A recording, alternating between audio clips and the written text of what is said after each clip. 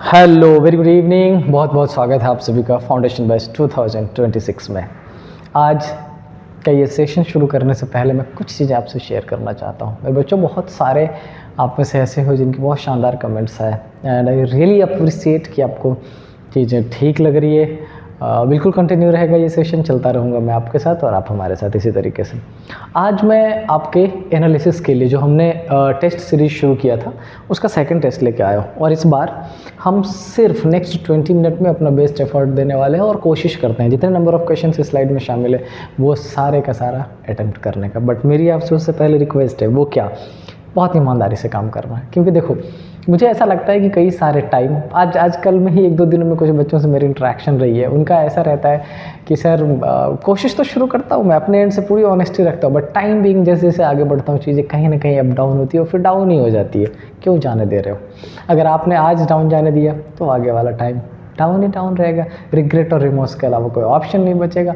तो हम क्यों ऐसा करें? अगर आज हम कैपेबल हैं अपने आप को यूटिलाइज़ करने में, कर दो पूरा यूटिलाइज बहुत शानदार तरीके से। आज आप खुद को यूटिलाइज़ कर लोगे, कल आप बहुत शानदार कंडीशन में रहोगे। लेकिन अगर आप आज नहीं कर पा रहे, समहाउ कुछ भी रीज़न हो, आने वाले टाइम में दुनिया आपको यूज़ करेगी, यूटिलाइज़ करेगी और आपके पास कोई ऑप्शन नहीं रहेगा कुछ भी बोलने, सुनने, समझने का। राइट?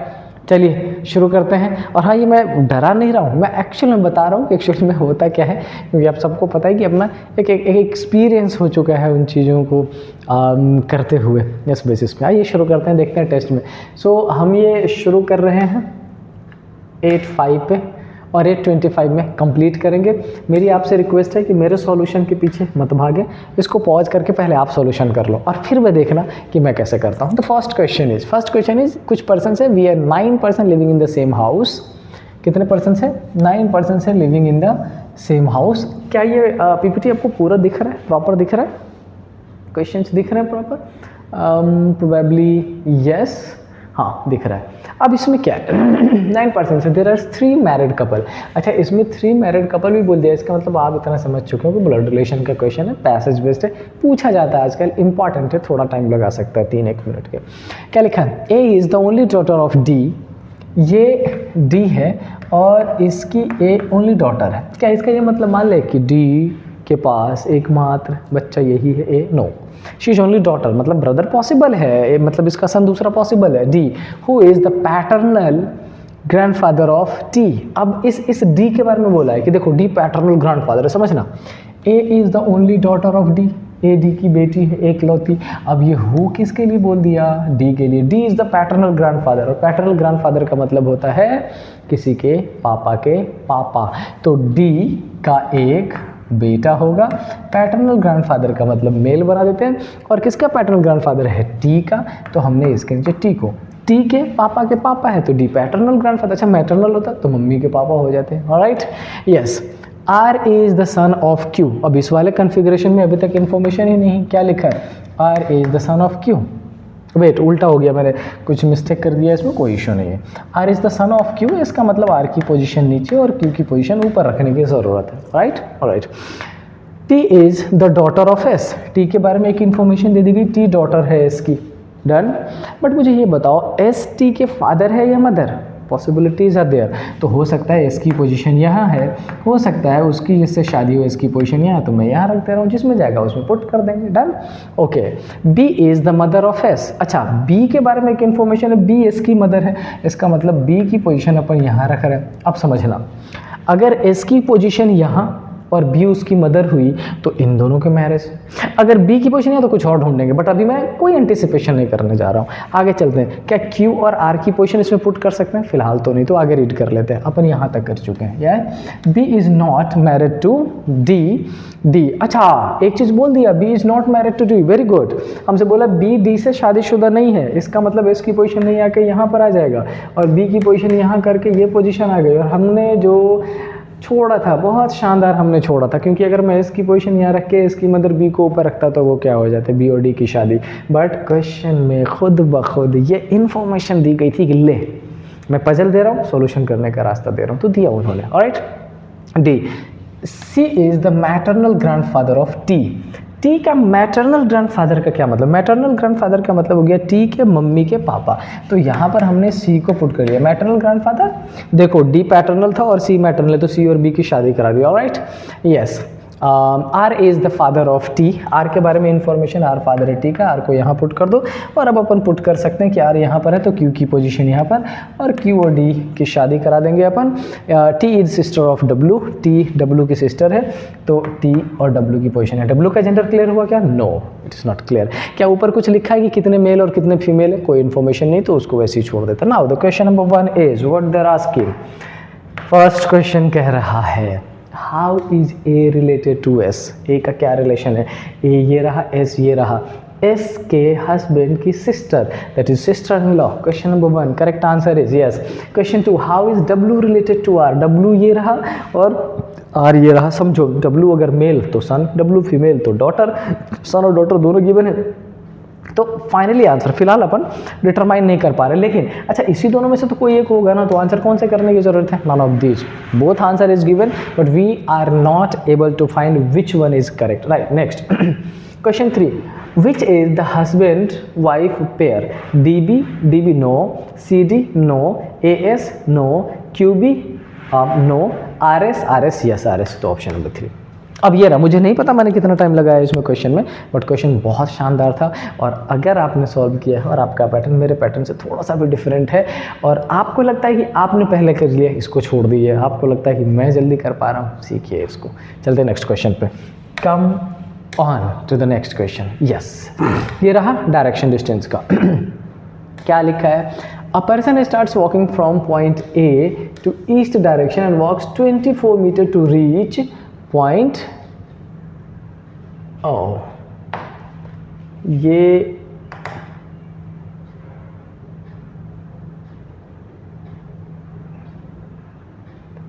मुझे ऐसा लग रहा है कि शायद इस पीपीटी के साइज में पॉइंट फ्रॉम पॉइंट बी ही टेक्स पॉइंट बी। क्वेश्चन में कुछ मिसिंग है, पीपीटी का जो साइज बनाया है इसमें कुछ लफड़ा है। अपन इस क्वेश्चन को छोड़ देते हैं क्योंकि राइट में कई सारी ऐसी चीज़ें जो कट सी रही है। आगे चल लेते हैं नेक्स्ट क्वेश्चन पर, right.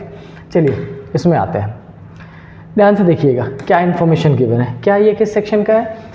The given question, point A is 20 meter west of point B, मतलब फिर से ये डायरेक्शन डिस्टेंस का ही है, कर लेते हैं अपन। ए वेस्ट में है बी के, तो हमने बी की पोजीशन ले ली और उसके वेस्ट में ए की पोजीशन ले ली और डिस्टेंस हमने 20 मीटर ले लिया, राइट। विच किसके लिए? बी के लिए, राइट है ना। एंड और बट किसी भी सेंटेंस के 2 पर्सन में फर्स्ट पर्सन, और ये WH वर्ड किसके लिए? बी के लिए। B which is 9 meter north of D, ये जो बी है ये 9 मीटर नॉर्थ है किसके? डी के, ये हो गया 9 meter, right. Point F is 6 meter south of point G। अब इस वाले कन्फिग्रेशन में फिलहाल F और G को अपन छोड़ देते हैं, यहाँ मैंने टिक कर दिया ताकि मुझे याद रहे कि मैंने ये लाइन छोड़ रखा है। Point E is 15 meter north of point C, इसमें ना तो E है ना C है, मैं उसको भी छोड़ देता हूँ। आगे चल लेते हैं, जब यहाँ से कनेक्ट करता है, ये रहा। Point C is 12 meter west of point D, इस D से C की डिस्टेंस 12 है। अब यहाँ देखो, यहाँ मैंने चूँकि 20 ले रखा था तो 12 मैंने छोड़ दिया यहाँ पर, ये 12 हो जाएगा और इसको 8 कंसीडर कर लेंगे। हमारे पास C आ गया, तो क्या C की कनेक्टिविटी ढूंढ सकते हैं? Yes. Point E is 15 meter north of point C, इससे 15 मीटर, तो ये तो हो गया 9 और इसके ऊपर 6 किसकी? E की, ये हो गया 6 मीटर, डन, राइट। अब क्या है? Point F is 18 meter east of point E, इस E से 18 मीटर तो 12 मीटर तो यहाँ हो जाएगा, 6 मीटर यहाँ हो जाएगा, और ये किसके लिए हो गया? F के। और एक लास्ट लाइन ये, point F is 6 meter south of point G, F के रिस्पेक्ट में G, और ये 6 मीटर। प्रोबेबली ऊपर का शायद थोड़ा सा कट रहा होगा, बट आप खुद ही उसको फ्रेम कर लीजिएगा। अब आते हैं क्वेश्चन पर। Question number 6, direction of G with respect to D, G की D से। अच्छा D हमारा ये रहा, G अप इंक्लाइंड, आपको पता है कि ये क्या हो जाता है? नॉर्थ, ये क्या हो जाता है? साउथ, ये क्या होगा? ईस्ट, और ये क्या होगा? वेस्ट। अगर इस कन्फिग्रेशन में चले तो क्या हो जाएगा? That is north east, so option number B. Question number 7, shortest distance E to A, हमें कह रहा है भाई E to A तक चलो, तो E to A तक सिंपल ही तो है, डायरेक्टली है, आप एलिमिनेट कर लोगे। ये टोटल कितना था? 15 मीटर, करेक्ट है। 15 मीटर में से हमने यहाँ पर किसको एलिमिनेट कर दिया? 9 को, तो बचा क्या? 6। ऑप्शन गिवन नहीं है, नन ऑफ दीज कर दीजिए। Direction of A with respect to C, हमें C से A ए को देखना है तो कहाँ देखना है, डायरेक्टली नॉर्थ में है उसके। No no no no no no no no no, wait wait wait wait wait wait wait wait wait, हमने दोनों क्वेश्चन का आंसर गलत किया, गलत करने वाले थे क्योंकि मैं उसको स्ट्रेट लाइन में कंसीडर कर रहा हूँ, एक्चुअली स्ट्रेट नहीं है। कह रहा है ई टू ए शॉर्टेस्ट डिस्टेंस, मतलब हमसे ये डिस्टेंस पूछ रहा है, ध्यान देना ये डिस्टेंस। अच्छा ये जो लाइन है ये कितनी है, 6 मीटर है। अच्छा ये कितनी है, अगर 20 में से 12 चला गया तो ये 8 है, तो 6 और 8, अब आपको पाइथागोरस लगाना पड़ेगा। 6 का स्क्वायर 36, 8 का क्या होता है 48, दोनों जोड़ोगे कितना हो जाएगा, 8 8 जा 48, 6 6 जा 36, अगर दोनों को ऐड कर दो तो क्या 64 हो जाएगा, नहीं 8 8 या 64, मैं यहाँ पर 64, इन दोनों को जोड़ेंगे क्या हो जाएगा 100, और कितना हो जाएगा 10। ये आपका करेक्ट आंसर आ जाएगा और ऑप्शन नंबर डी करेक्ट हो जाएगा। ए की पोजीशन सी के रिस्पेक्ट में, तो वो भी इस कर है, ये आंसर हो जाएगा north west, correct answer is north west. अच्छा सुनो एक चीज़ समझो ध्यान से, मैं भी जल्दी में करने की कोशिश कर रहा हूँ, इमीडिएटली ओपन करके स्लाइड्स फंबल कर रहा हूँ, आपको इसी चीज़ से बचना है, राइट। और ये कैसे आएगा, धीरे धीरे धीरे धीरे चीज़ें आने लग जाएगी, कोशिश करते रहिए, everything will be okay and fine. Question number next 9 to 11 क्या बोल रहा है, अमंग 6%, किस चैप्टर का क्वेश्चन है, ऑर्डर एंड रैंकिंग का है। क्या कह रहा है, अमंगस्ट 6% NRT के X and P each has different age, सबका डिफरेंट एज है, अलग अलग एज के बेसिस पर अरेंजमेंट करनी कर देंगे, नो इशू। क्या लिखा है, P age is not an even number. अच्छा इसमें जो भी नंबर गिवन होगा उसका इवन तो नहीं है, राइट, किसका, P का। N age is more than only X। अच्छा ये जो ओनली टर्म है ना, यही आपको सारे चीज़ का डेफिनेट स्ट्रक्चर दे देता है। क्यों, क्योंकि ओनली आपको लिमिटेशंस के साथ बांध देता है, ना केवल पॉजिटिव बल्कि नेगेटिव भी। आपसे बोला है कि n ज़्यादा है केवल x और p से, तो n ज़्यादा है x और p से, टोटल कितने परसेंट है 6, इसका मतलब बचे हुए 3 इधर। बट हम श्योर नहीं है कि x और p में से दोनों में से किसकी पोजीशन है, ये शायद आगे पढ़ के पता चलेगा। k age is less than only 1% और k का 1% से कम है, तो ये रही k की पोजीशन, राइट।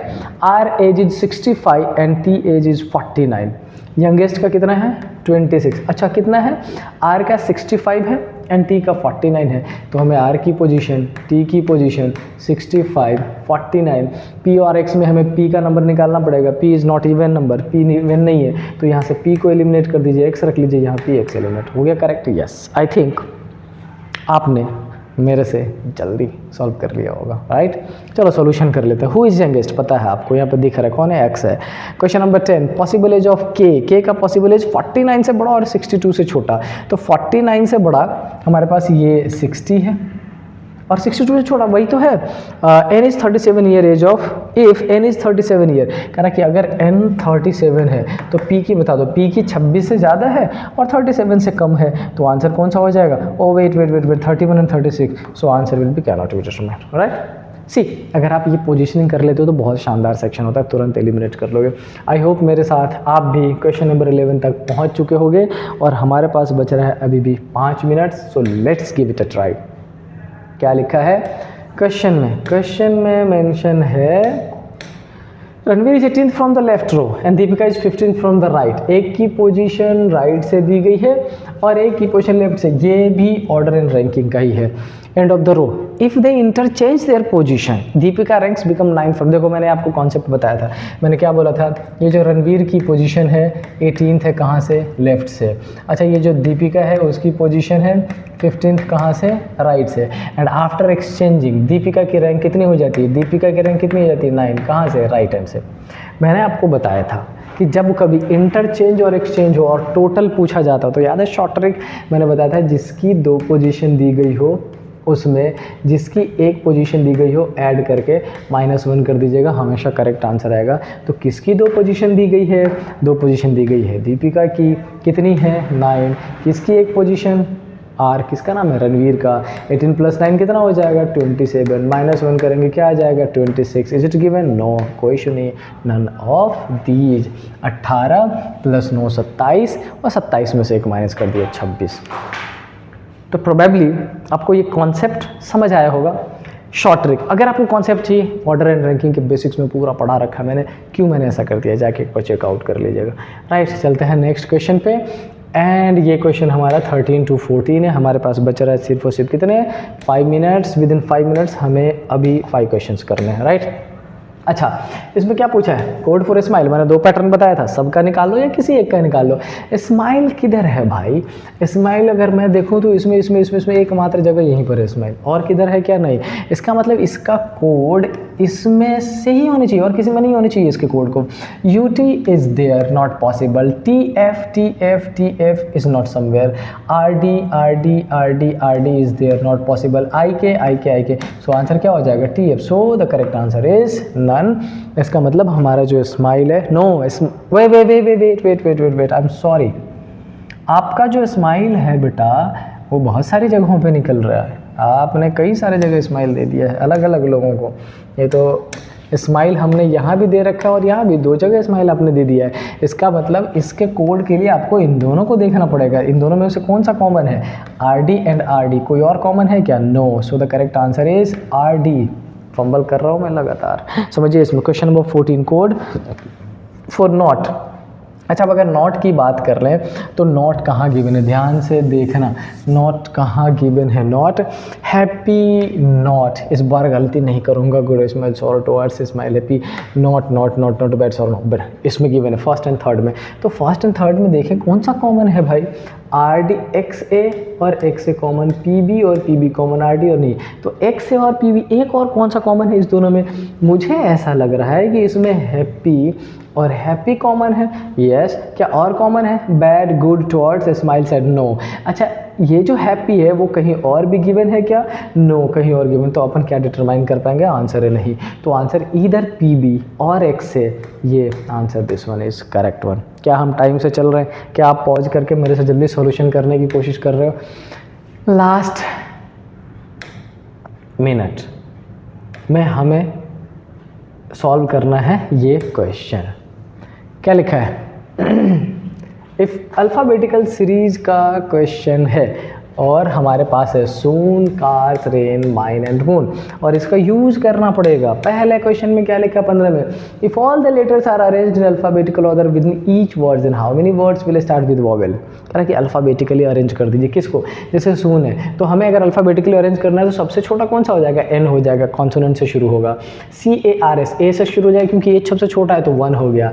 दूसरा उसके बाद E से शुरू हो जाएगा, तीसरा मतलब हमारे पास 3 ऐसे वर्ड्स हैं जिसकी शुरुआत वॉवेल से हो जाएगी अगर वर्ड्स के अंदर लेटर्स को अल्फ़ाबेटिकली अरेंज कर दें तो। Next, if the given words are arranged in the order as they appear in the dictionary from left to right, then which of the following words will be second from right? तो कह रहा right से second. अच्छा समझो, अगर ये 5 है, कौन सा है? 5वें नंबर पे, और क्या है? Second from right. तो हमें असेंडिंग ऑर्डर में कौन सा ढूंढना पड़ेगा? 4th वाला। सबसे छोटा कौन सा है? कार, क्योंकि C से शुरुआत हुई, कर सकते हो। यस। उसके बाद कौन सा है? CDFGHIJKLM सेकंड, फिर कौन सा है? N हो जाएगा, फिर R और S, तो R हो जाएगा rain. So the correct answer is rain. Correct है। अब मैं ज़्यादा टाइम नहीं लूँगा क्योंकि हमारा टाइम प्रोबेबली अप हो चुका है शायद, I am not sure, but let me check out the camera. हम अभी 18 मिनट्स पे हैं, मतलब हमारे पास अभी कुछ टाइम बच रहा है। मैं और क्वेश्चंस कर सकता हूँ आपके लिए। Yes. How many letters are there between the first letter of first word from left hand and second letter of the third word, second letter of third word from the right hand according to the English alphabet? अच्छा okay, पहले समझो इसको। First letter of the first word from the left कौन सा है? S। And the second letter of the third word from right, first second third, A। ये हो जाएगा कौन सा? A। तो एक में निकला S, दूसरा में A। S की वैल्यू कितनी? 19, A की वैल्यू कितनी? 1, दोनों माइनस करेंगे क्या आ जाएगा? 18। सो द करेक्ट आंसर इज 18। कुछ था क्या? नहीं, बट टाइम कंज्यूमिंग था। आपको इसमें हो सकता है 45 सेकेंड्स लग जाएगा। And this was your test for the day. मुझे नहीं पता आपने कितना अटैम्प्ट किया होगा, बट मैंने टोटल 18 क्वेश्चन अटैम्प्ट किए with in stipulated time. Probably 14-15 minutes गया होगा क्योंकि 2-3 मिनट तो बकवास भी किया है मैंने इनिशियल में, और इसमें मैंने 2 फंबल किए। क्वेश्चन को रीड ही गलत कर लिया था, और यही आपको समझना है। कई बार अपन बहुत अच्छे से प्रिपरेशन कर रहे थे, सारी चीज़ें सही चल रही होती है, लेकिन हम इतने जल्दी में रहते हैं, इतना आसान समझने लगते हैं कई बार कि मिस्टेक्स अपने आप ही हो जाती है। मेक श्योर कि आप अपने आप को इस स्टेज से ऊपर ले जाएं, लेकिन इस स्टेज से ऊपर ले जाने के लिए आपको इसके थ्रू गुजरना पड़ेगा। आप सॉल्व करो, गलतियाँ करो, एनालाइज करो और बाहर निकलो उससे, राइट।